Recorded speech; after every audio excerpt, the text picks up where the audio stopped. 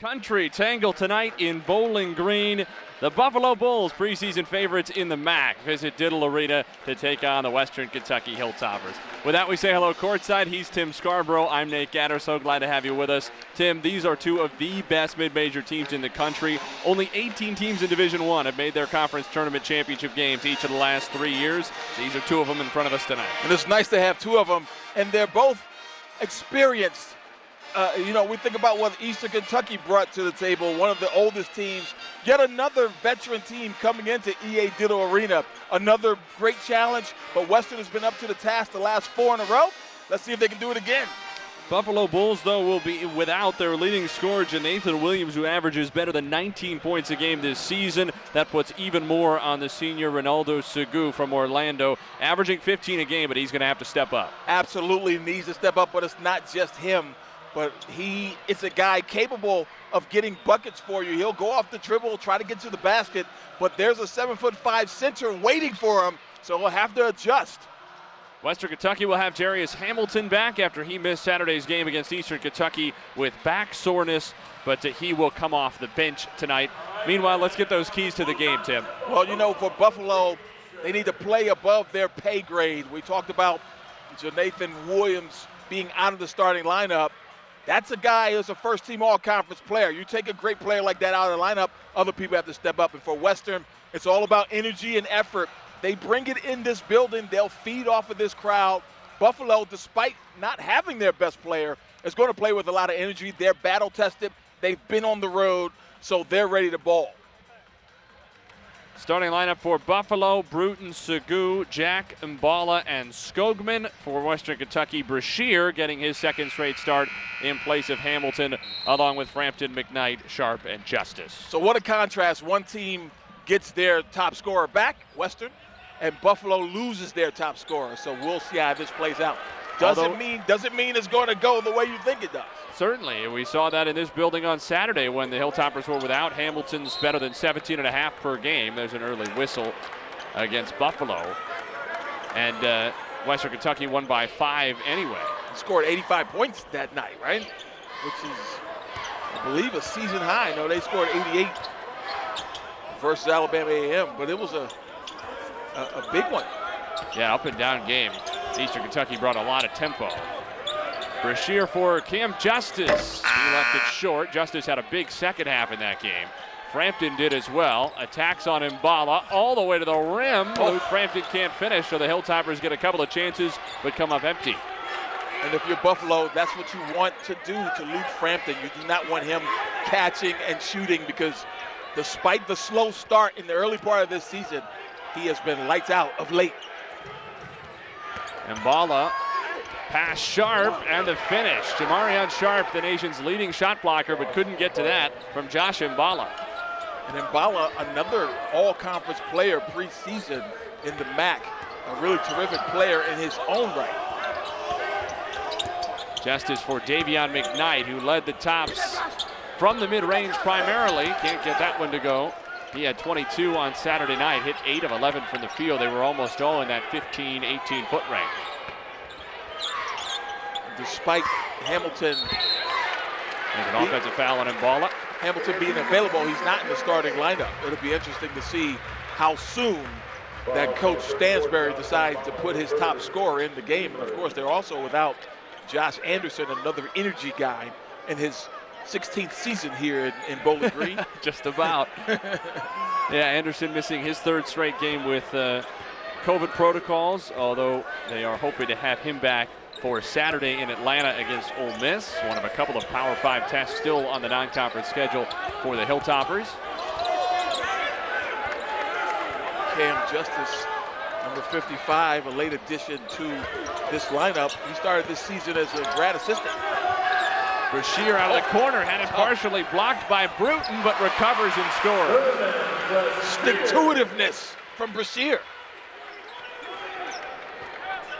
Not quite the high-scoring, high-flying start we saw on Saturday. Bruton for 3. Justice the rebound. 2-3 zone deployed by Rich Stansbury's group on that possession.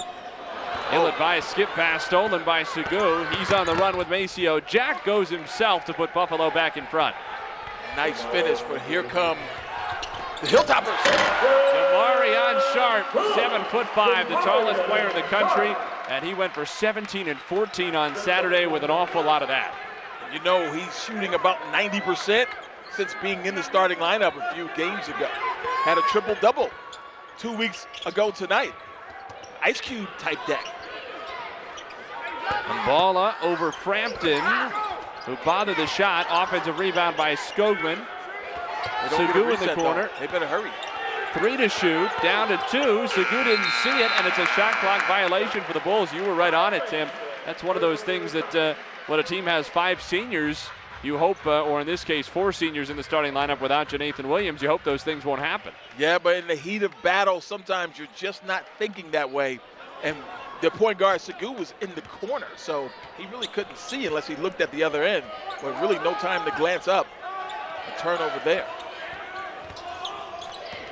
Frampton for 3. He has gotten going. A really cold start to the season, but shooting 50% from 3 his last 6 games, counting that one. Well, he has found the mark indeed. His shots are going straight through the middle of the hoop, and Davidson fans know all about that when he hit 100 three-pointers his freshman season.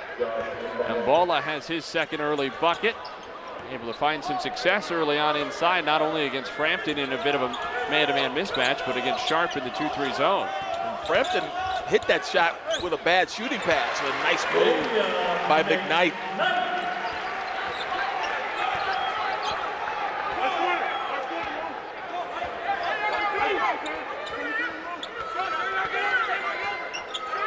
Bruton wanted that 3 earlier. And Mballa around for Maceo Jack, left it short, and Justice ends up with a rebound.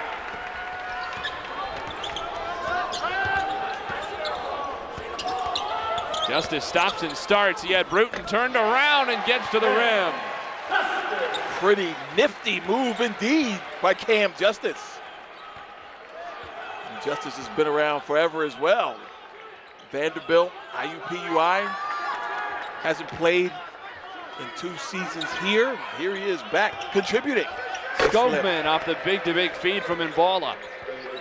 That was textbook ball movement by the Buffalo Bulls. A really good MAC team coming in here to Bowling Green. As we talked about, battle tested. They've been on the road. They played Michigan. They played at North Texas. So this is not going to be an environment that intimidates them. McKnight lobs for Sharp. Couldn't get the second alley-oop of the early going to go down, but he is fouled and will be at the free throw line when we return. 5 minutes gone by in our opening half. Western Kentucky has taken an early 3-point lead over the Jonathan Williams-less Buffalo Bulls on the road in Bowling Green.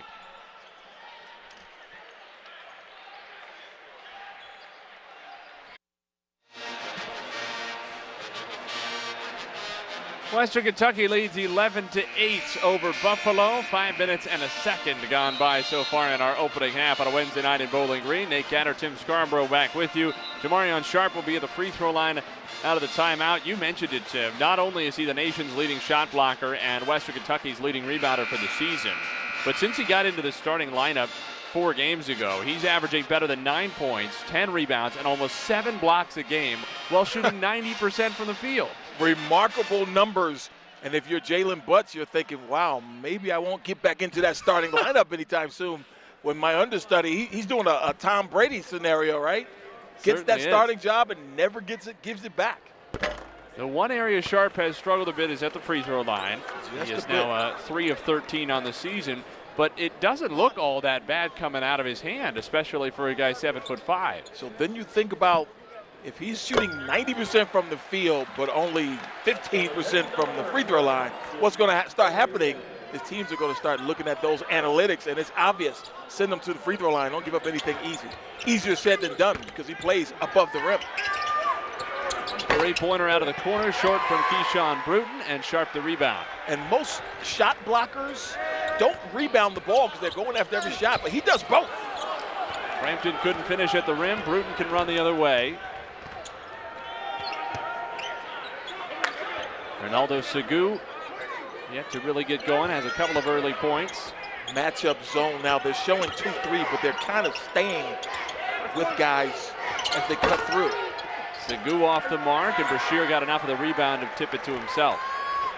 And Sherman Brashear, sophomore out of Dallas, has been a solid contributor for this group, shooting 40% from downtown, making his second start this young season.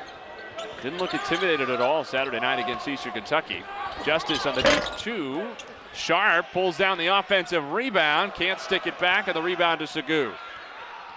Nice left-hand attempt, though. Buffalo using the secondary break, but wow, they break down here.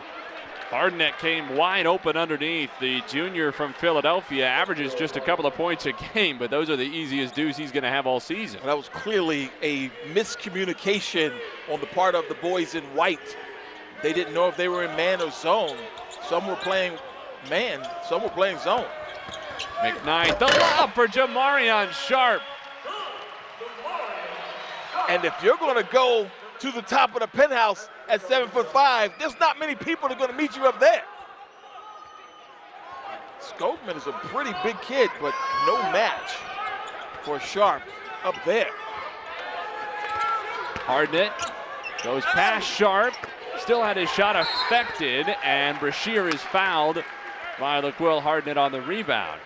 Skogman is 6'10". I would imagine it's been rare in his basketball career that he's been guarding someone 7 inches taller. It's rare that you're 6'10" and your neck is on a 45-degree angle when you're looking up at the guy next to you. I mean, it just doesn't happen. But, you know, it's happening tonight. And you think about what you just described, though. There wasn't a block shot on that play, but there was a changed shot, an altered shot. There's no statistic for that, but that definitely shows up in terms of wins and losses because it takes points off the board, sure too, in the paint, and it gets negated by the sheer presence of Sharp. Jarius Hamilton in for the first time for Western Kentucky. Frampton with 8 to shoot. He's got him in the post. There you go. Great catch. Sharp turns, keeps it high, and scores over Mbala. You can't underestimate the heat that was on that pass from Luke Frampton, but that was the only way he could get it, and that's why I said it was a great catch, because that thing has some mustard on it. Great Mbala blocked by Sharp even after the beautiful move. Amazing. And normally you think when you get a guy off his feet that you're free and clear. Not that time. Justice, nice. Offensive foul. I thought he slipped by the defender. Trayvon Fagan draws the charge, and Tim, we saw this on Saturday. It really favored Western Kentucky on a massive call at the very end of the game. But offensive fouls are an epidemic in college basketball. We had a perfect angle here. There was virtually no contact on that play. And I feel like he was tardy, because when you rotate over, as we watch the replay, you have to be there. You know, that's a pretty solid job of getting there before he leaves his feet. I'm going to take it back. I think that was a good call. You like it? I like it, because he got his feet set before Cam was airborne. But man, those bang calls are really difficult to do in real time. When I sit here and I watch Cam Justice in midair trying to contort his body so as to minimize the contact and grazing a guy on the shoulder, I guess I shouldn't be too critical of the official, because I agree. I think that he did have his feet set. It's all about legal guarding position. That just doesn't feel like the spirit of the rule. I have a hard time looking at that and saying that was a charge, if you know what I mean. You're an offensive-minded guy, Nate. I get it. Don't take points off the board, right? 3 ball from the right corner off the mark for Cottrell. Blocker, offensive rebound by Fagan. Segu has his best look. Couldn't get it to go. Mbala with a third chance, still up there. Hit the rim another couple of times off of Butts, who finally corrals the defensive rebound. Mbala, one of the top rebounders in the country, one of the top offensive rebounders in the country. As we talked about at the top, first team All-MAC preseason. You know, he had 11 rebounds a game, which was last year, which was 10th in the nation. Good finish by Jalen Butts off the bench. One of only 2 players who appeared, along with Noah Stansbury, off the bench for a short-handed Hilltoppers team on Saturday. And Noah's in the game now, number 5. Segu hits the pull-up. One of his tougher shots so far, but he gets it to go. Haven't seen much of Hamilton at this end since he checked in a couple of minutes ago. And he really isn't moving like I've seen him in the past, when Hamilton really just kind of a magnet for the ball when it goes up off the glass. He's going to clean it up. Let's see what he does here. He went for that one and got his hand to the rim, but couldn't corral the basketball, and it's tipped out of bounds almost to Tim Scarborough, who had a safe pair of hands waiting. You would have been all over it. I almost got a touch, but you know, Reagan, our stage manager, saved me. Great job, Reagan. Great job, Reagan. Western Kentucky up 18-12 in the early going of the first half. Jamarion Sharp leading everybody with 7 points. It's been all Sharp and all Hilltoppers so far.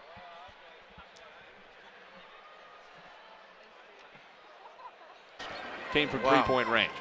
That tells you, you know, one of the reasons why Rick Stansbury would deploy that zone is because you don't want to get beat off the dribble. If your guys are having trouble keeping people in front of them, a 2-3 zone is a nice way to keep that ball out of the paint. McKnight lived in the mid-range on Saturday. Great hustle. And a good play by Segu to get to the floor for that. Turnovers have been an issue for McKnight at times this year, although he's cut down on them a lot since the early stages of the season. He's cut down on them, and he still has a positive assist-to-turnover rate, more assists than turnovers.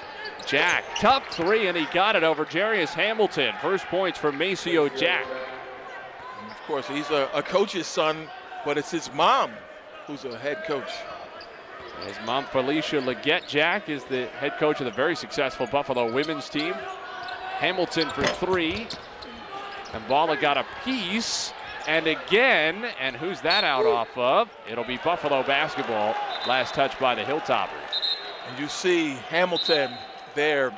You know, I just looked at his numbers in the first 2 minutes that he was on the floor. I just feel like he's not moving the way he normally does, and he does have a bad back. And I feel like he's moving like a guy with a bad back, but he literally had no statistics. And he's not a guy that comes in and gets zero everything. He's an assertive player, an aggressive one on offense, and a big-time scorer. Again, the leading scorer on his team hasn't taken a shot yet. Fagan kicks it for Segu. His three goes down, so Ronaldo Segu heating up. That's 7 for him. Very confident group, this Buffalo Bulls team. They know they can take their show on the road, and boy, they're going to be a handful in the MAC this season. Again, picked first in the preseason. Justice gets the screen from Sharp, goes to Frampton all alone.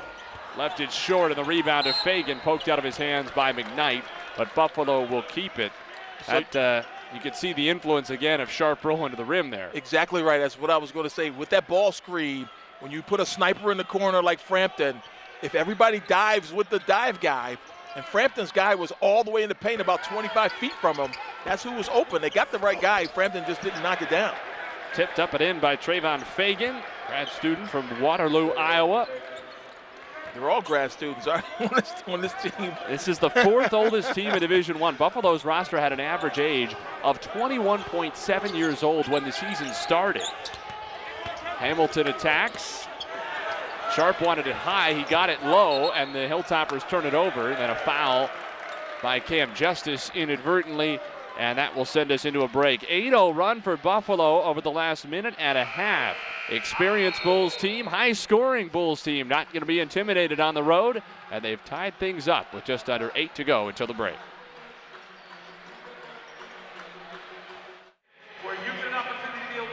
Western Kentucky and Buffalo knotted at 20 with 7:56 to go in the first half. Nate Gatter, Tim Scarborough back with you, and Tim, the Bulls have not in any way been intimidated by this environment or that early deficit. An 8-0 run going into the timeout. It's about guys who are battle-tested, not just over the years, but even this year's Segu able to knock that one down. Again, second leading scorer, needs to be the leading scorer tonight, and so far he's been up to the task. And Maceo Jack started off at George Washington, and now he's at Buffalo. Really good mid-major program. Guys have been around basketball. Of course, we talked about Jack's mom being the head coach at Buffalo. But, you know you have that, just like Rick Stansbury, you schedule games against quality opponents to get you ready for your conference. And, again, they went to Michigan. They went to North Texas, played Stephen F. Austin, a very good team. And St. Bonaventure on Saturday, number 25 in the nation, the team that's picked to win the Atlantic 10. So here you are, yet another really good opponent at home. But you're not intimidated at all if you're the Buffalo Bulls. Although Shagoo smoked that one, didn't he? He just lost the handle going up to the rim. Looked like he had done all the hard work. Man, it was uncontested. McKnight whips a skip pass to Justice. Hits it out of the corner. What a feed by McKnight. They are literally running the same set every time down court with different options depending on how Buffalo plays it. It's choose your poison, right? Hardnett got caught in the air. Sagoo for three. Mbala on the offensive rebound yet again, and he puts it back up and in. Mbala making a huge impact on the glass. And it's something that some guys just have that in them. Mbala is one of the better offensive rebounders you will ever see at this level. And he is, again, on the glass tonight.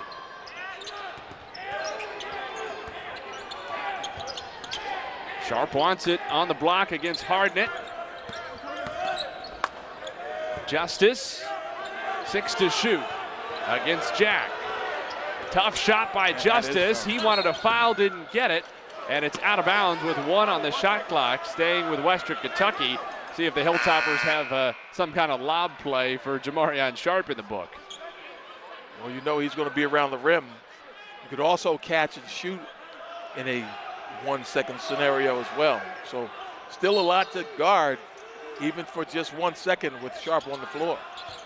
There's the lob. It goes up for Sharp, nearly tipped back down to Davion McKnight, but the shot clock had elapsed. It's a violation, the first for the Hilltoppers tonight. I think we all knew that lob was coming, didn't we? So that's a turnover on McKnight, but that's really not his fault. So staying in the 2-3 point zone here. Here's Jamon Bivens, walk on, really the third string point guard, but going to get some minutes tonight. And Mbala goes right up into Sharp, and he's fouled. So we got Biv on the floor. I just talked about poison. Give me some Bell Biv DeVoe out here, right? Jamon Bivens is getting those minutes with Curtis Jones also not available for Buffalo. So a couple of rotation players. Of course, Jonathan Williams gets the headlines, and deservedly so. But Jones plays some substantial minutes as well off the bench for the Bulls. So it's the walk-on from Atlanta, Bivens, who's out there instead. Mbala, 76% free throw shooter, senior from Bordeaux, France. You know, Jim Whitesell has done a tremendous job since Nate Oates took that Alabama job a few years ago. You know, they did a national search to find their next coach, because Buffalo's an attractive job, especially in the condition that Nate Oates was leaving the program in. Remember that C.J. Massenberg group that won a couple of NCAA tournament games. Massenberg got a sniff at the NBA.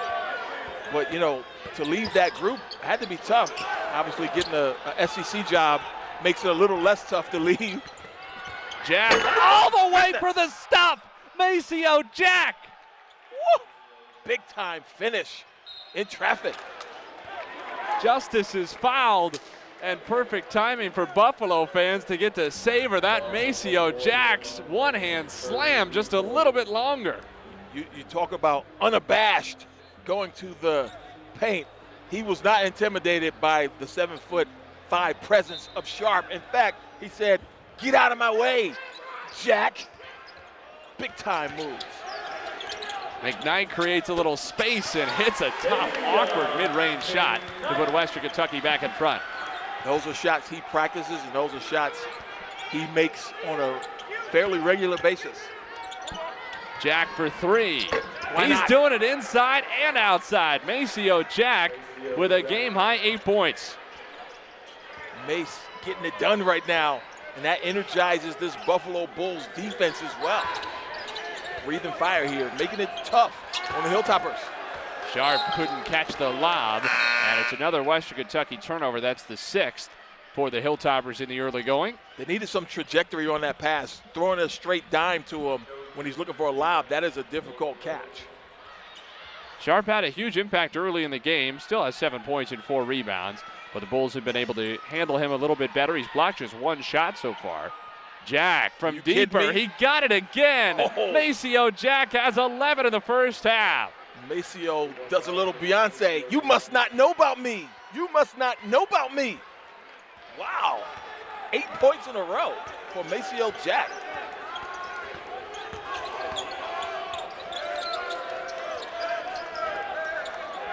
Justice is fouled by Jack. Usually we talk about seeing the ball go through the rim once or twice, getting a guy going. I don't think most of the time we mean emphatically slamming it over a 7'5" leading shot blocker in the country, but apparently that dunk was just what Jack needed to get his three-point stroke going. Bartender, another round of Jack. 5-point Buffalo lead after the Hilltoppers were up 8, seems like just minutes ago. Now he'll sit down, and I know Coach Stansbury's happy to see Maceo Jack have a seat. 11 points on 4 for 5 from the field. 3 for 4 from downtown. Big second foul for Jack to pick up. Hamilton open. And Abala the rebound. Another one for him. That's 5 already. Skogman on Sharp. Bruton had it poked away. Frampton keeps it alive on the floor. Dives for it again. Ends up with it. Frampton dove for that basketball twice. Eventually got it and throws it out of bounds off Buffalo to take us into a timeout. How about that effort from Frampton and Cam Justice, giving up their bodies? And a timeout comes at an opportune moment for Western Kentucky. Buffalo on a 6-0 run. Bulls lead by 5.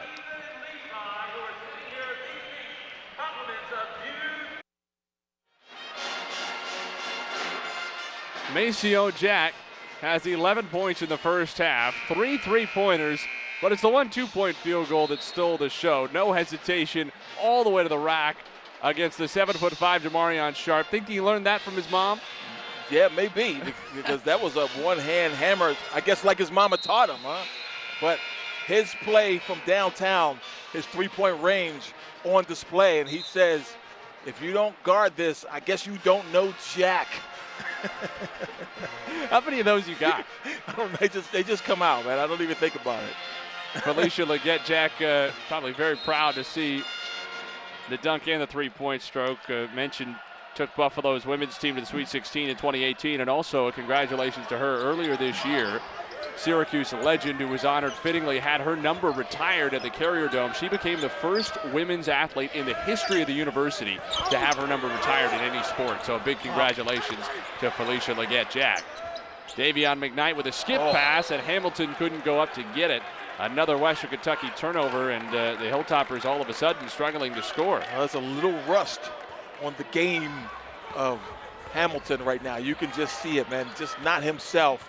Despite being in the lineup, not the guy that we saw earlier this year. Again, Western Kentucky's leading scorer on the year.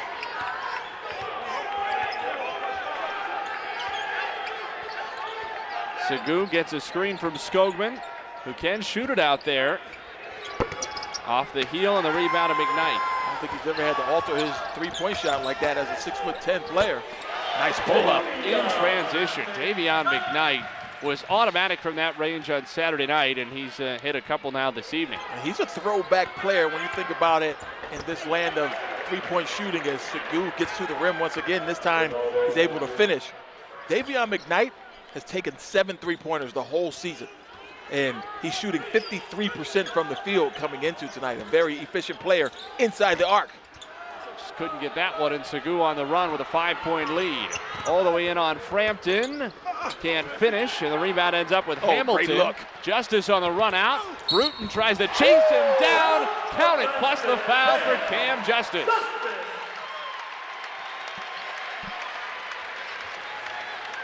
A little poetic justice here. This is like a ballerina floating through the air. Second look, same result, great contact.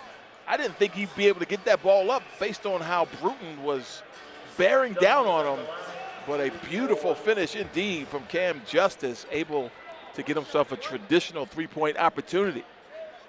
Justice averaging almost 13 a game after joining the team a couple of games into the season. Has 8 points now, tied with Davion McKnight to lead the team. Two-point lead for Buffalo with the basketball. Jack is back on with 2 fouls. Segu out for Fagan. Hits the 3 over Hamilton. Tardy rotation, sniper in the corner. Fagan does the rest. Just the third three-pointer Fagan has hit this year. And Buffalo back in front by 5. Frampton all the way to the rack. And Sharp was able to seal off any kind of help that would have come over. And Frampton able to finish with 2 hands at the rim. Nice concentration by Segu. Not affected by Sharp closing out. Gets the roll, and he is into double figures, joining Jack with 11. And it's really a shame that Hamilton isn't himself and Jonathan Williams for Buffalo isn't even in uniform tonight, because this is still a terrific matchup, even without those 2 great players being themselves. And finally, Hamilton able to get one to go. Good move by Hamilton. Timeout called by Jim Weitzel, his first. And the clock stops with 1:23 to go. And Buffalo up by 3. Jonathan Williams out for the Bulls tonight with a non-COVID illness. They are hoping to have him back for Saturday afternoon against Division III St. John Fisher on ESPN3, although probably will not be overly tested in that game either way, and they have a week off coming up after that. So maybe an opportunity, this game notwithstanding, to get Williams about a week and a half of rest without anything too consequential happening after this game.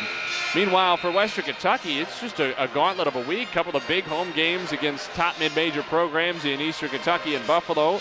And then on Saturday, headed down to Atlanta to take on Ole Miss. That game will be at 7:30 Central on the SEC Network. And, of course, that's before, just in a week and a half's time, they welcome the Louisville Cardinals into this building as well. But if you're Buffalo, you're not going to take St. John Fisher for granted, because think about what happened to Florida the other night. They lost to Texas Southern 23.5 overdog. They were favored by that much, and they lost the game. It was a money game, too, so wow.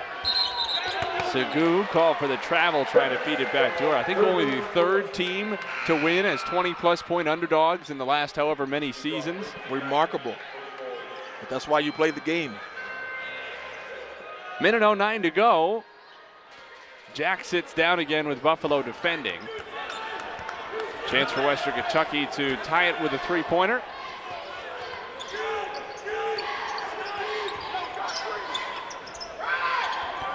Justice gets a solid screen from Sharp.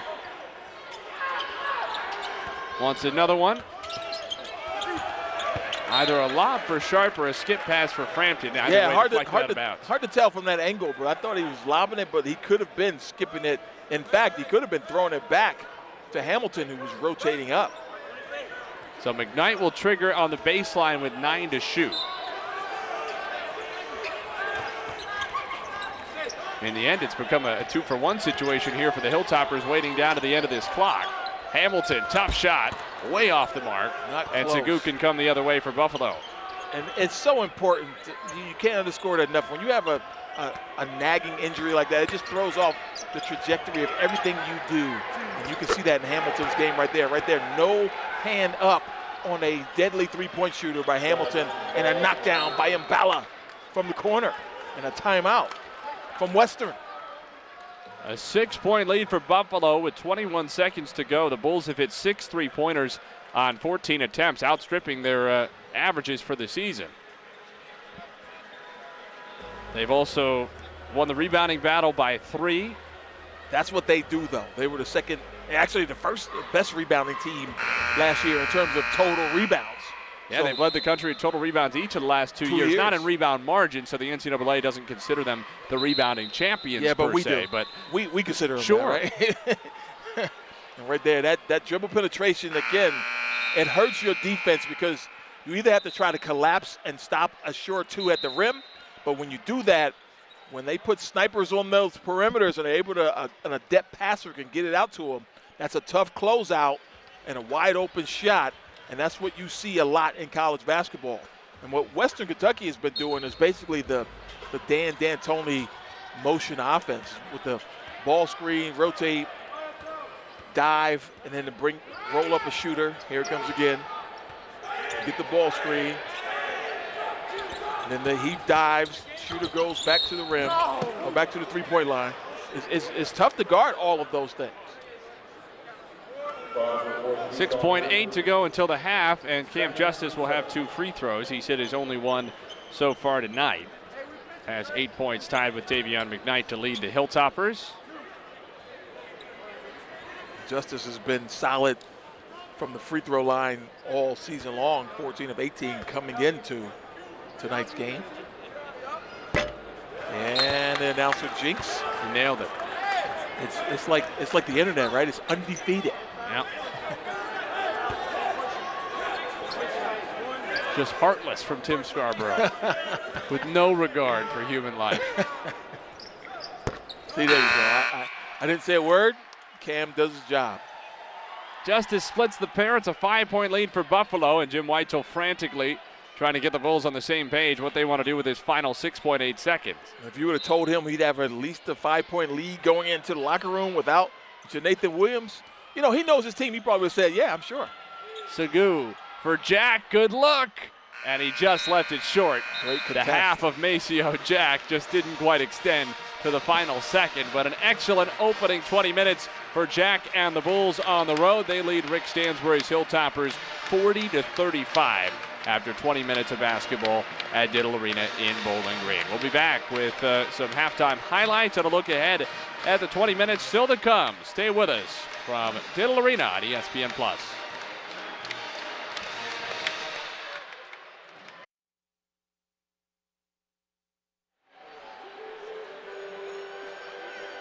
Buffalo leads at the half in Bowling Green, 40-35 over the host Western Kentucky Hilltoppers. Nate Gatter, Tim Scarborough back with you. We're sure we had an entertaining first 20 minutes, Tim, but how about the halftime entertainment of the Baby Race? It had Diddle Arena rocking. I think that was even more entertaining than the game. And we got a great mid-major Division I game here, but man, that was a big-time competition. But it was a runaway, you think, right? Big Red cheering him on. You think he's going to get to that finish line? They started counting down. He could go and then, you know what? He said, I have a mind of my own. I think I'll go the other way. And when he turned around, that might have been the loudest this arena has been all night. And I don't know if it was cheering or people who just were beside themselves. They were feeling the parents' pain, not being able to keep the kid going the direction they wanted. Who knows? Regardless, we welcome you back courtside. He's Tim Scarborough. I'm Nate Gatter. We certainly got to see a really good first half of basketball. For a moment there, when Western Kentucky had built that 8-point lead, it looked like maybe the Hilltoppers were going to assert control, but the Bulls answered right away, and then Maceo Jack took over. Well, you just need someone to play above their pay grade. We talked about that in the open. Maceo Jack was terrific at the offensive end. He had a little stretch where he had 8 points by himself, stroking it from downtown. A tardy rotation leads to a nice three, but the play of the game really was that hesitation, then right down the middle, right through the heart of the defense, over Sharp, but then dribble penetration and snipers on the perimeter. That's a deadly combination, and Buffalo's got it in spades. They can shoot from downtown. They've got guards that can get around their man, and they are a handful. Coach Stansbury is going to have to really make an adjustment on that dribble penetration, which stops all those other things. Jack and Segu both with 11 points apiece to lead Buffalo. They've accounted for more than half of the Bulls' scoring between the two of them, and that's exactly what Buffalo needed to account for the loss of more than 19 points a game in Jonathan Williams.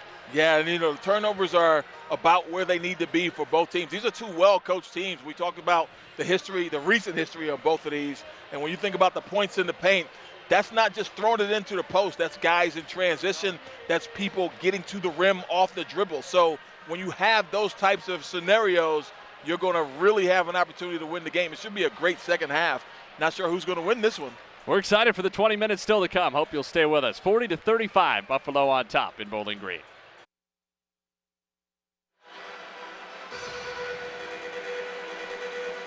Buffalo 40, Western Kentucky 35 as we get set to start the second half. Nate Gatter, Tim Scarborough back with you from Diddle Arena in Bowling Green. And we got everything that we wanted out of those opening 20 minutes and excited to have 20 still left to go.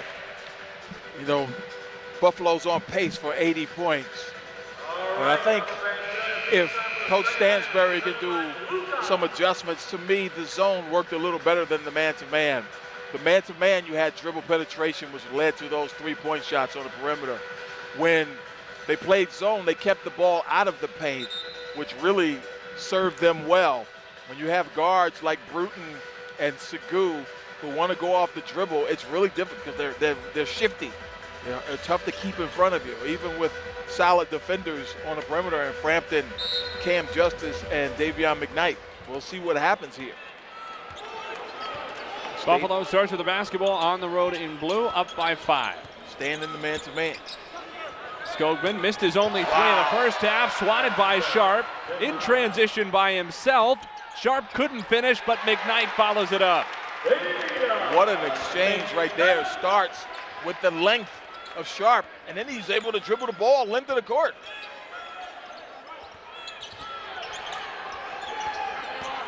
Segu had 11 in the first half and opens the Bulls' account in the second. And Hamilton will get the start here in the second half in place of Brashear, who played 10 minutes, scored 2 points. Well, Hamilton, hopefully he can get his back a little bit more loose. Just moving so gingerly there. See, that's a ball he would have gone after, tried to let it go out of bounds.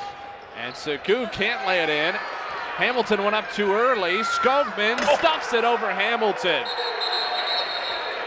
And a technical foul is called on Buffalo.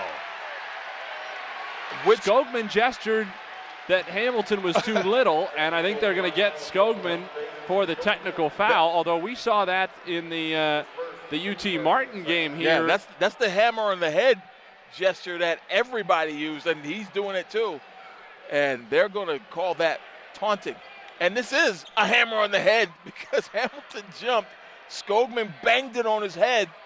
Everybody made that gesture on the bench. Skogman makes the gesture too, and they're going to deem that taunting, something they want to take out of the game. I say play on, but hey, who am I? I'm just lowly Tim Scarborough announcer.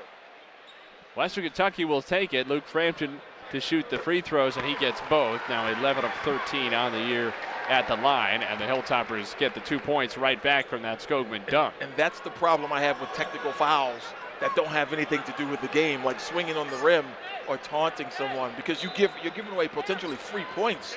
And these games come down to 1 or 2 possessions most nights, especially good teams. And you think, wow, I gave away free points. You're really kind of rewarding a team that just got their heads hammered. Not a good possession for Hamilton there on either end of the floor. That's McKnight knifes to the rim for 2. McKnight, just a sophomore. He is a really terrific player. 111 assists as a freshman. Just a dynamite passer, but he can score as well. Bruton couldn't get that 3 to go in the first half.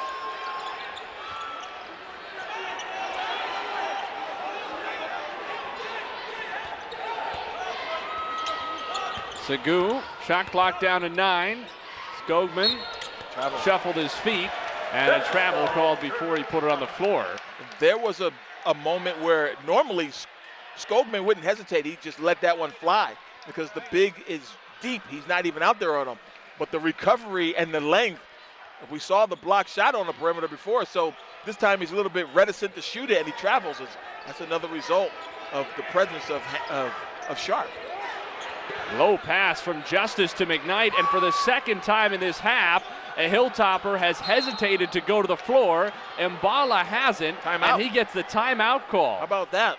What a scrum, though. That's a rugby game that breaks out in the middle of EA Ditto Arena. But how about the effort by Josh Mbala? That's twice. Didn't hesitate to go to the floor, and he's stolen 2 possessions for the Bulls. Well-coached team when your best players diving for loose balls, coming up big possession in a close game.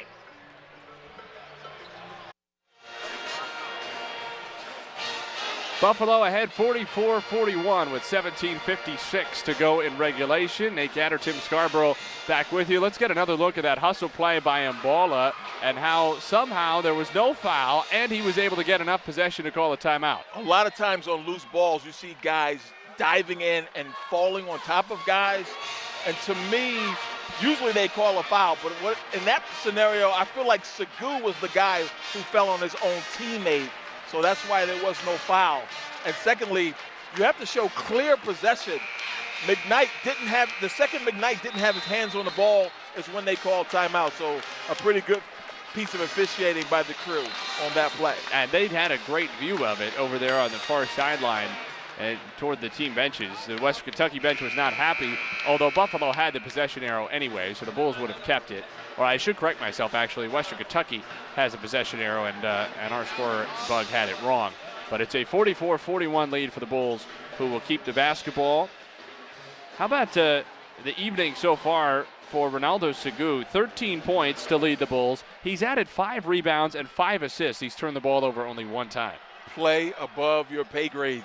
And he's a solid contributor. Again, second leading scorer, averaging 15 points a game. But he's carrying the load in the absence of Jonathan Williams. And Balla underneath. Thought about the 3, did hit one earlier. Takes it all the way to the rack, and Sharp swats it. Bruton with 5 to shoot. Jack has to hurry. And he's bumped an offensive foul on Maceo Jack, and that is his 3rd personal foul of the night. A big call just 2.5 minutes into the second half. He was up against the shot clock, trying to get a high percentage one.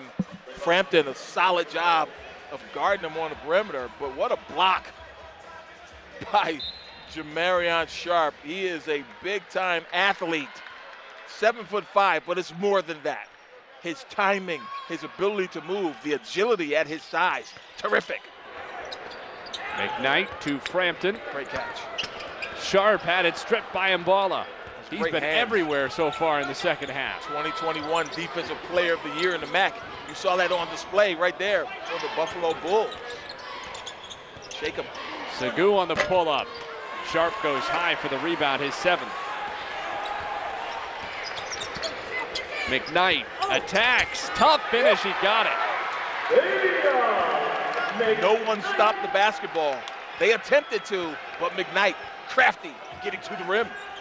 That's with the right hand for McKnight, his non-dominant hand as well. And Balla, not a big three-point shooter this year, had hit just a couple coming in, but he splashed 2 so far tonight.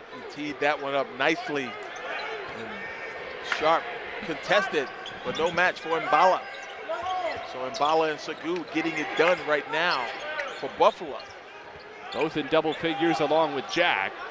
All 3 of them average double figures for the year. Beautiful move by Jarius Hamilton. A little more pep in Hamilton's step after that shot. Backpedaling, looked a little bit more mobile.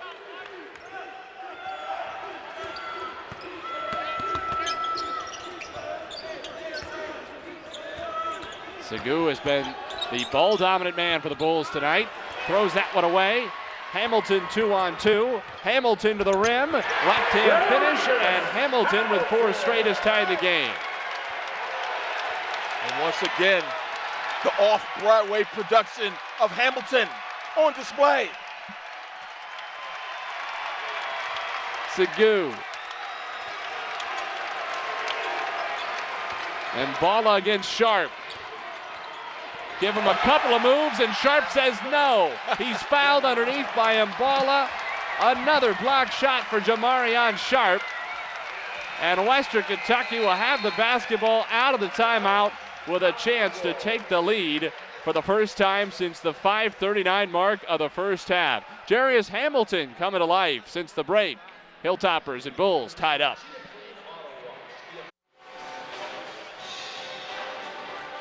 Western Kentucky and Buffalo 47 all. Tim, you noted that Jarius Hamilton maybe didn't look like himself the first 20 minutes, dealing with that back issue that kept him out entirely Saturday against Eastern Kentucky, but 4 straight, and this one was particularly pretty. Yes, and that one looked more like him, and you see a little pep in his step with the back pedal, and then getting out in the passing lane and able to take it off the glass and up to the other end for a nice, easy bucket in traffic. Still not moving quite like he normally does, but you know there's a little bit more adrenaline when you see that ball go through the basket a couple of times in a tight one. That last basket actually tied the game. Better than 17.5 per game so far this season for the first-year Hilltopper out of Charlotte, North Carolina, by way of Boston College and Maryland. Oh. He was there on the back cut for Frampton, but Western Kentucky a few times has not been able to connect on those kinds of passes tonight. Looked like Baker Mayfield on that one, huh? Sorry, Baker. Tim Scarborough from the top rope. Unsolicited. Hilltoppers have hit their last 5 from the field, but they've turned the ball over 11 times tonight. Segu, he's been a one-man offense for the Bulls at times. Bruton. Rebound tapped by McKnight. Loose between Mbala and Sharp. A couple of great rebounders, and the Bulls get second life. Mbala all over that one. They did get a reset the shot clock to 20. That first shot did hit the rim, and there was no change of possession. Segu with 5. Segu to the rim. Affected by Hamilton, but the tip up and in by Trayvon Fagan. And when you have a guy penetrating like that, you get a free run to the rim because the person that's guarding you more than likely has had to slide over to try to stop that penetration, giving Fagan an easy one at the rim. Hamilton for 3. Hilltoppers lead. They've hit 6 straight from the field. And that's what Hamilton does. Great catch and shoot player. Terrific three-point shooter on display right there. Hamilton has scored the last 7 for the Tops, and Luke Frampton just took his second charge of the night. Western Kentucky with a first lead since the 5:39 mark of the first half and getting the ball back. An underrated defender, Luke Frampton. Not afraid to throw his body in the midst of a lot of danger, both with loose balls, diving, but also taking the charge. Those are things not every player, believe it or not, is willing to do. Hamilton looks like he's really feeling it now. Well, they're running plays for him now. Took a little hit from Mbala, didn't get the call, and lost the handle. Yeah, that was an air ball with the left hand. He can go to that move, but couldn't convert that time.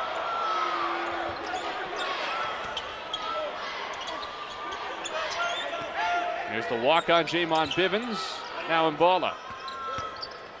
Tried to spin away from Hamilton, but a foul. And it goes against Darius Hamilton. The first against the Hilltoppers so far in the second half. That's Hamilton's first. So the shot clock resets to 20 for Buffalo.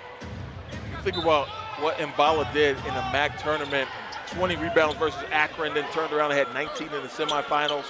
Finished that tournament with 50 rebounds, MAC tournament record. Bruton 0 for 5 from deep tonight. Just has not been able to get it going, getting the spot started pass of Williams. Oh. Tough catch by Sharp, but couldn't finish the dunk. Bruton for 3.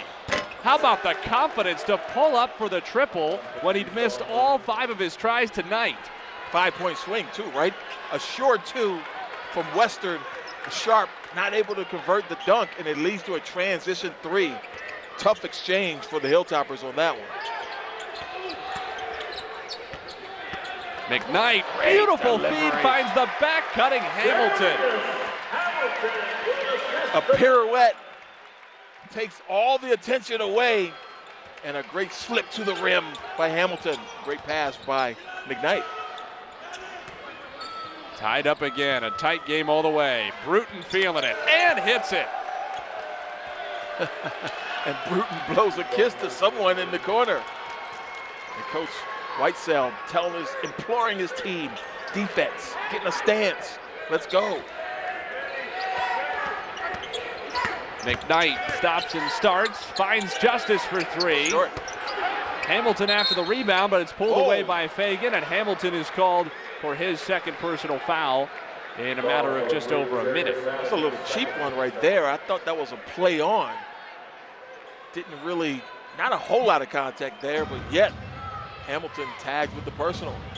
Still, Rick Stansbury has to be very encouraged by Darius Hamilton after his dormant first half with 9 points already in the first 8 minutes of the second. He let him play his way out of it.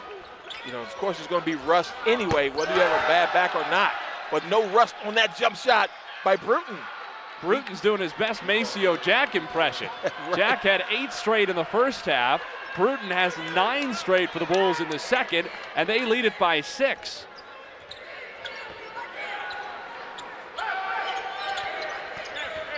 Justice for 3. Rebounded by Harden. Keyshawn Bruton, a redshirt senior. We talked about these guys have been around the block. Transfer from Coastal Carolina. Mbala for 3. He has another. Mbala had hit 2 3-pointers all year. He splashed 3 tonight, and the Bulls have their largest lead of the night. Yeah, this is quite an impressive run at a very key moment. Coach Stansbury not going to take the timeout. He's got a veteran team as well. See if they can get a basket and stop the bleeding here. Hamilton for 3, rebounded again by LaQuill Harding. Bruton's hunting his shot. Bivens for 3. Everybody's hitting for the Bulls. Surely Rick Stansbury needs timeout. Buffalo has made it an 11-point lead. If I were you, I'd take precaution. Poison from downtown by Bivens. Jamon Bivens had not had a field goal all season, but everything's going right for Buffalo. Bulls up 11 on the road in Bowling Green.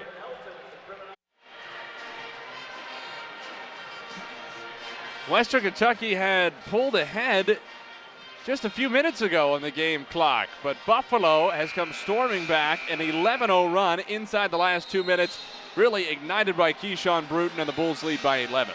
Well, they're 11 for 24 from downtown, and Bruton has been cash money here in the second half. And Mbala, who was just 2 for 8 coming into tonight, who would know based on how he is launching in from downtown with confidence, high arcing, spinning shot, nothing but the bottom of the net. The Buffalo Bulls are 11 of 24 from three-point range. They've already hit more threes than they average for the season, and they're shooting about 10% better than their mark for the year. Meanwhile, Western Kentucky is just 3 of 13 from deep. Cam Justice and Luke Frampton a combined 2 of 8. Remember the key to the game for Buffalo, play above your pay grade. They've done it individually and collectively. Justice fouled by Bruton going to the rim. That is Bruton's third, so we'll see if he has to sit down amid his hot streak. The same thing happened to Maceo Jack when he picked up his second personal foul in the latter stages of the first half in the midst of his personal 8-0 run. To do what they're doing without the services of a first-team all-conference player, as you see Cam Justice going into 2 defenders, gets fouled, goes to the free throw line, can't convert the first one. Jonathan Williams' numbers this year, 50% from the field, has hit 9 threes on just 30%.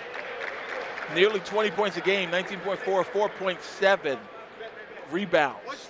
32 points in the opener versus Michigan on the road. That's not easy to do. Big-time performer. To lose a guy of that caliber to come in this environment and do what they're doing, exceptional play and exceptional coaching from Jim Whitesell in his 3rd year. Now, Williams, the only player in the last decade outside the Big Ten to hang 30-plus on Michigan. Not available tonight with a non-COVID illness. Sagu goes inside from Mbala, tipped away, and the steal by McKnight and Butts. McKnight almost stopped too fast for his own sneakers. Justice, good defense, but he finished anyway. Harden had stayed vertical, and Justice floated it over him. With that last defensive possession, they switched, Western switched the big to little, and Mbala had smaller Davion McKnight on him, and they were able to get a steal off of that. And now they got it again with Frampton in a chicken fight in the post with Mbala. So they're involving the small and the big in the ball screen. If Stansbury's group is going to switch, then you're going to have a big on a little and a little on a big. They're trying to isolate that big, and so far they got a steal for one and then a foul on Western on the second possession.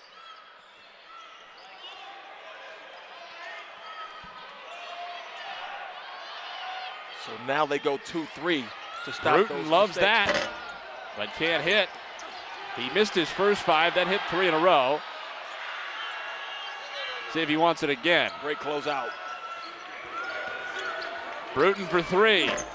No fear. He has tried 10 3-pointers down tonight, and it's out of bounds to Western Kentucky. But speaking to what you said about playing above your pay grade, Buffalo has 4 players generally who average double figures, and the remaining 3 outside of Williams have all gotten into double figures: Mbala, Sagu, and Maceo Jack. And then on top of that, Keyshawn Bruton, who averages 6 a game, is up to 9 tonight. And Bruton up to the task, thrown into the starting lineup. He has done a great job.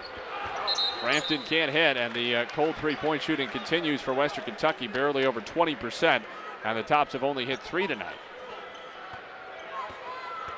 Of course, that's the kind of thing that, as Keyshawn Bruton has already shown us, can change in a hurry. 8-point lead for Buffalo with a basketball. Bulls have led by as many as 11 just before that timeout on what turned out to be a deep 2-point jumper by Jamon Bivens. Still Bruton plenty lost of it time. out of bounds. Turnover Buffalo. Still plenty of time, though, if you're a Western Kentucky fan, if you're a player. No need to press the red panic button. In fact, there is no red panic button in this building. These guys are never out of it.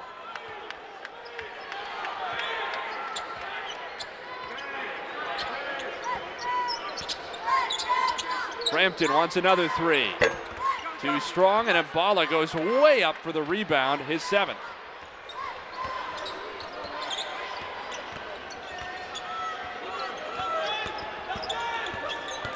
Segu has facilitated a lot of the offense tonight, and he'll go to the free throw line for his own offense with 13 points this evening. The Bulls have not yet made a free throw in this game. They are 0 for 2 at the free throw line.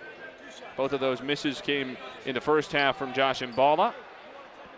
Western has only taken 9 free throws themselves. It's a team that, in fact, a characteristic of Rich Stansbury coach teams where they continue to make more free throws than their other team even takes. Yeah, the free throw line has been a bit more of an issue for Western this year.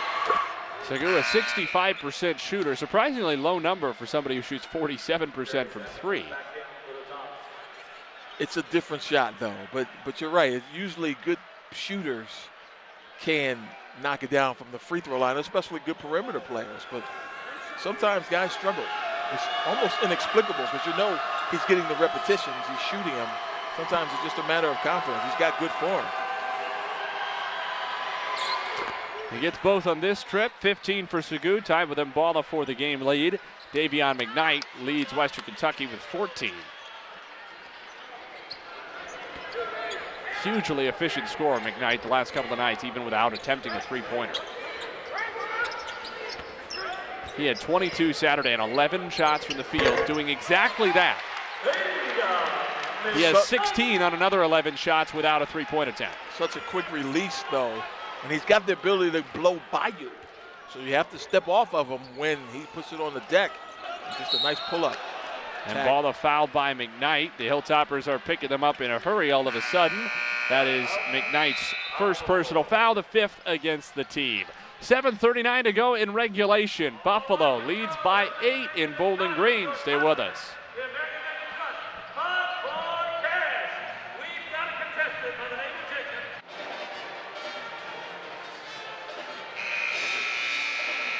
The Buffalo Bulls lead 65-57 on the road over Western Kentucky in the first ever meeting between the two schools. Mentioned at the outset, only 18 Division I programs have played in their conference championship games each of the last 3 seasons. 2 of them are on this floor tonight.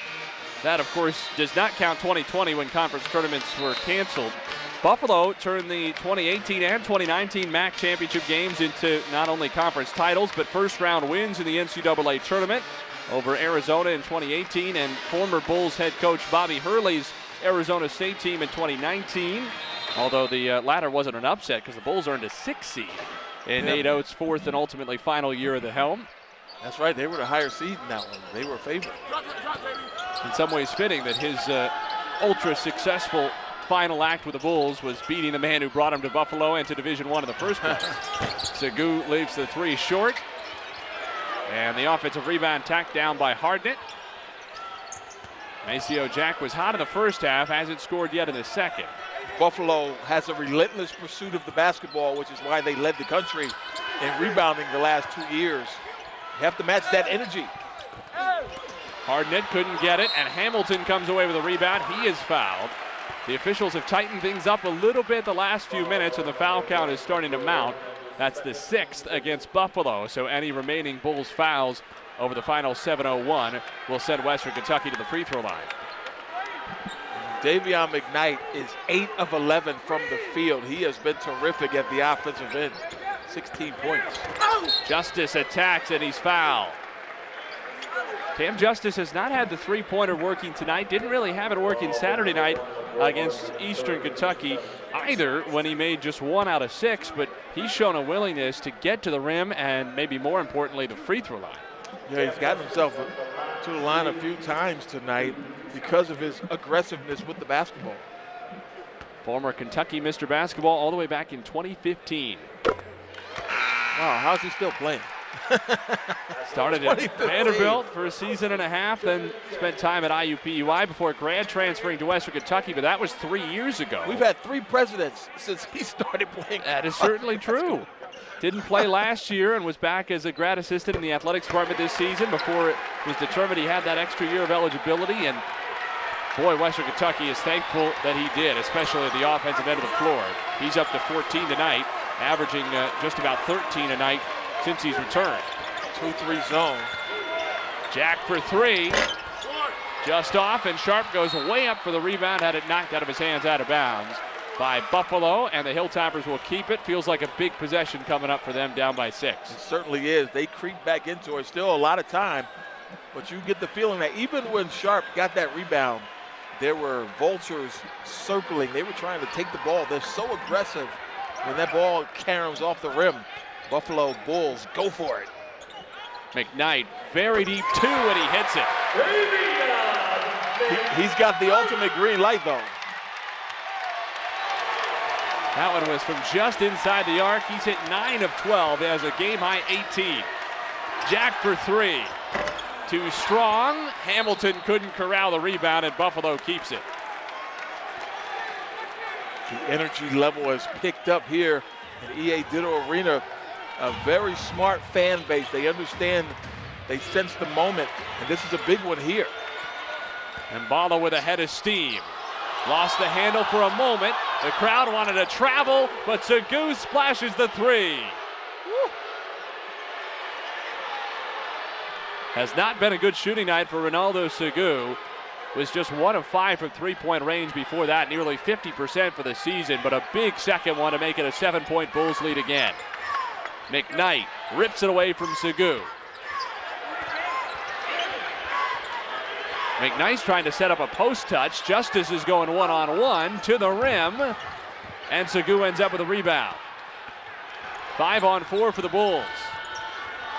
Fagan got Sharp in the air. Pass is loose. Jack to the rim, and Brashear the rebound. Again, the presence of Sharp made him change his shot. Hamilton, what a feed to Sharp.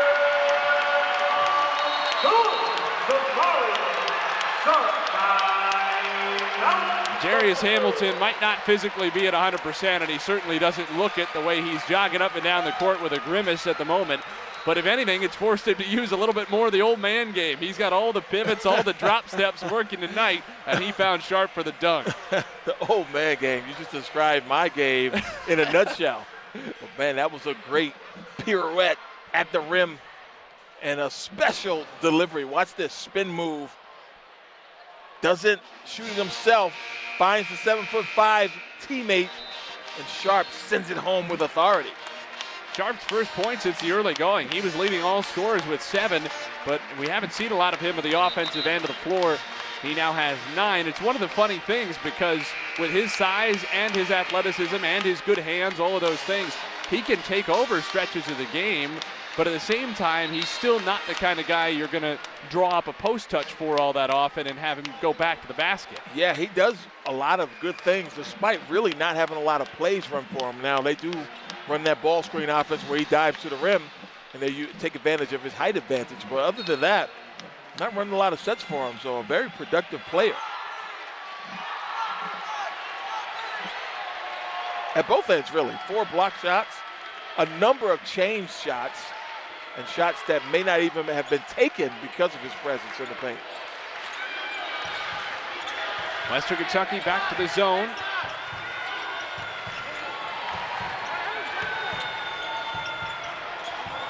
Segu has to hurry, 5 to shoot. Skogman for 3. Wouldn't go, and Bala there for the stick back. There's a guy who understands offensive rebounding. He knew exactly where that ball was going to carry him. And he got there and stuck it right back in. A great job by Mbala. 17 and 8 for Mbala tonight. Tough shot for McKnight. Even for him, that one was borderline impossible, but it deflected out of bounds off of Mbala. That's maybe one of the only things that can stymie a rebounder of his caliber is a shot that catches nothing altogether and sneaks up on him. Imagine having 8 rebounds a game and you're being down about 20% of what you normally do. Yeah, this is the worst rebounding season so far of his Buffalo career by some margin. McKnight had his head down all the way, lost it up and over the backboard out of bounds. Took a nice spill in photographer's row as well. Have been times tonight where Western Kentucky has gotten into a little bit of iso ball. Only 9 assists on 26 made field goals for the Hilltoppers. Whether it's been McKnight or Justice, feels like there have been possessions with a lot of dribbling. Mbala goes by Sharp and finishes through contact. Game high 19 for Josh Mbala. I know they're one of the older teams, but that was a grown man move right there. Big time. Justice kicks for Hamilton, open 3, way too strong. Brashear was after it, and it's last off the Hilltoppers. Buffalo takes over, timeout on the floor. Only 3:32 to go. It's a 72-63 lead for the Buffalo Bulls. They've had some bad luck this year, and they've been stymied late on the road, not least of which a buzzer-beating 3 to lose at St. Bonaventure on Saturday. But they have a 9-point advantage, need to hold it for 3.5 in Bowling Green.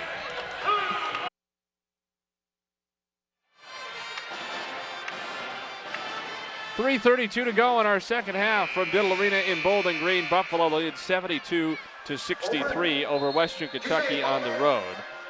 KenPom, which is one of the primary analytics resources for college basketball, ranks teams' luck factor and has Buffalo as one of the 25 unluckiest teams in Division I so far this year, maybe in large part because they overcame a 13-point second-half deficit against St. Bonaventure on the road Saturday afternoon. Hit 3 straight three-pointers to tie the game up in the final 82 seconds before Jalen Attaway won it for the Bonnies with one of his own with 1.3 seconds to go. But a 9-point lead now, it feels, Tim, like if Buffalo can just maintain what's been going so far, especially in this second half for the Bulls, they should be able to see this out for a big road win. Yeah, they've made it tough on Western. Not a lot of good, clean looks at the offensive end of late. Great ball movement by Buffalo. They've kept the ball moving a lot better than Western has. And Jack hits the 3. His first points of the second half give him 14. And it's a double-digit advantage again for the Bulls. Oh. And Justice wasn't looking for the pass that sails into the Hilltoppers bench. What a helpless feeling for Rick Stansbury watching that ball sail right by him. And Justice not even looking for a big possession there. But what a shot by Maceo Jack. And now they're going to deploy the 1-3-1 trap, something they do to speed you up, try to prevent Buffalo from milking the clock. But this is a veteran team. Again, without their top scorer, first-team all-conference player, they've gotten it done here on the road. Mbala couldn't finish. Hamilton can run the other way.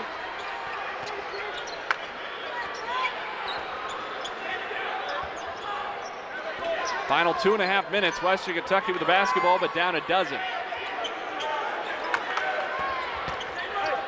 Hamilton on the drive. Beautiful move and finish. Timeout, Rick Stansbury. 30-second timeout called by Stansbury. His third so far this evening. He has 1 remaining with 2:20 to go in the game. And Buffalo up by 10. Hamilton has come to life in the second half, but it hasn't been enough for the Hilltoppers, in large part, Tim, because in 2021, when you shoot 3 for 16 from three-point range, it's going to be very difficult to win. And so as good as Hamilton has been getting to the rim and McKnight has been in the mid-range, just hasn't been enough for Western Kentucky to make up for those points coming from beyond the arc at the other end. Western is a team that doesn't rely on the three-point shot like other teams, though. They do make 8 per game, and they do have guys who could knock it down, but they have a lot of different formulas to win. But tonight, this Buffalo team has just controlled the pace in the second half, and really that big run where they scored, I think, 11 straight points. That was kind of the difference in this ball game. This was a nip and tuck seesaw battle, two evenly matched teams. But that little spurt right there kind of put a little distance between Buffalo and the Hilltoppers, and they haven't recovered. There's a turnover, though. Hamilton to the rack. 8-point game. Hamilton reached down for his back after landing on that dunk. Yeah, that's unfortunate. But they need a lot more of that. They got the pressure and the quick steal and the dunk, but yet they still trail by 8 points. And now we're approaching under 2 minutes. Western Kentucky back into man-to-man. Segu with 6 to shoot. On Hamilton, underneath Mbala, blocked by Sharp, and it's out of bounds, but a shot clock violation. Big defensive stop for the Hilltoppers, and now they can try to cut it down to 2 possessions. So the shot clock violation signal is literally hitting your head with your hand. When a player does that, it's a technical foul. That's a great observation. McKnight to the rim on Segu. Through contact, couldn't get it. Rick Stansbury wanted a foul. No empty possessions at this point. No margin of error for the Hilltoppers. That coming up empty there could have sealed their fate. But give a lot of credit to Jim Whitesell's group, though. Fagan thinks he's going to the free throw line, but that was only the 6th team foul on Western Kentucky. Not quite in the bonus as of yet. Good news for the Hilltoppers is these next 3 fouls will all be 1-and-1, so opportunity for Buffalo to miss a couple of free throws and get the Hilltoppers back in it, but this is not a bad free throw shooting team for the Bulls. And very veteran, as mentioned, Skogman. That might be the exclamation point. And his bench is giving the hammer on the head signal. This time Skogman refrains, but nonetheless, he delivered his second hammer of the night. Justice way short. Threes just have not been an option for Western Kentucky tonight. Skogman is hit by Justice, no call. Justice streaks in, leaves it for Hamilton, who's blocked from behind by Jack. And then Skogman. What about the defense from Buffalo? They are relentless. Nothing easy. The hustle from Jack, and then Skogman. Hamilton denied twice at the rim. And that will be all. The Buffalo Bulls are going to get out of Bowling Green with a 10-point victory on the road without their leading scorer, Jonathan Williams. What a night for the Buffalo Bulls. Segu can't get it. Rebound out to Fagan. The shot clock is off, and that will be all. What a huge night for the Bulls. No Jonathan Williams, no problem. They left 19.4 points a game out of uniform, and they won it by 10 over Western Kentucky. Been a frustrating season at times for Buffalo. They played Michigan right down to the wire in the second half, kept it close in Ann Arbor in the opener. They lost a 1-point game to Stephen F. Austin in Cancun, and a heartbreaker on a buzzer beater against St. Bonaventure over the weekend. The Bulls just have not gotten a lot of breaks so far this season, but boy, did they play well tonight and win this ball game on the road in Bowling Green, 77-67 over Western Kentucky. We're going to get the chance to talk to Jim Whitesell, the third-year head coach of the Bulls, in just a moment. Tim Scarborough is standing by with the victorious head coach of Buffalo, 77-67, and certainly he's going to have some praise, you would think, for the way a lot of guys stepped up tonight for the visitors. Tim said that they needed to have guys play above their pay grade. They certainly did that, and Mr. Scarborough is standing by with Jim Whitesell.